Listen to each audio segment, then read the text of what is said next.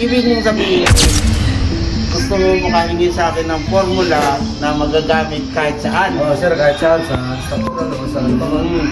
Piping, ganyan. So, walang problema yan. Bibigyan kita ng sample. Okay. Alam mo ba yung Pythagorean theorem? Ah, sir, yung Pythagorean, yung ano, Yung C squared plus to B squared plus B squared. Kung ito yung triangle, gamit kahit saan yan. Ano na, sir, ibig sabihin ng C? Itong A, ito yung B, ito yung C. Itong Pythagorean theorem. Pythagorean theorem, gamit na gamit yan. Kapag available yung mga sides na yan, makukuha mo na yung isang sides kapag hindi available. May given na. Tapos, meron namang isa niyan yung tinatawag na trigonometric function. Trigonometric function, yun yung sokatawa. Sin theta Sine, cosine. over opposite over hypotenuse. Sokatawa. Yung cosine theta adjacent over hypotenuse.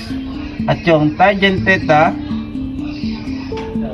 yun naman yung opposite over adjacent.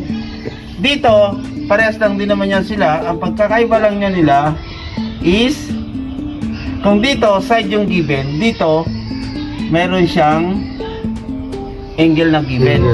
Oh. So, yung h na yun, ito yun, hypotenuse. Dito yung angle mo.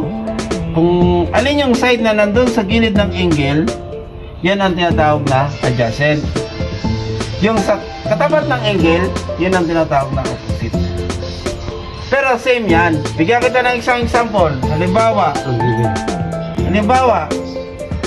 sa piping tayo, may two lines ka dyan. Halimbawa, itong elbow. Ikukunik mo siya doon sa kabila. Diba? Ngayon, ang binibigay ito, niligyan nila ng ilan to? 45 degrees halimbawa. Halimbawa lang yan, ha? Tapos, nilagyan dito ng distance na 1 meter. 1 meter. Ngayon, ito minsan, ito binibigay. Hindi yan binibigay. So, dahil given na yung dalawa, so, direct substitution pa lang dito, makukuha mo na yung length dito. Diba? Oh, yan yun. So, ibig sabihin, itong formula na to, lagi mong pakakatandaan yan. Kung ikaw ay gusto mo na gumaling sa construction, gumaling sa mga field na gusto mo, kailangan kabisado mo ang formula na to. Yung Pythagorean theorem at saka trigonometric function formula.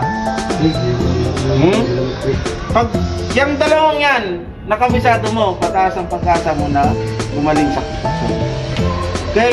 Sa sunod, bibigyan ko kayo ng mga formula, bibigyan ko kayo ng mga sample na ginagamit ito sa construction. Bibigyan ko kayo ng sample sa pipe ng 5 meter. Yun lang naman ang mga ano dito yung ano, di ba? 5 meter. Yun yung ano, gamit din nila yan. Ano pa ba ang skill na ano, yung iron worker. Bibigyan ko kayo sa isa niyan.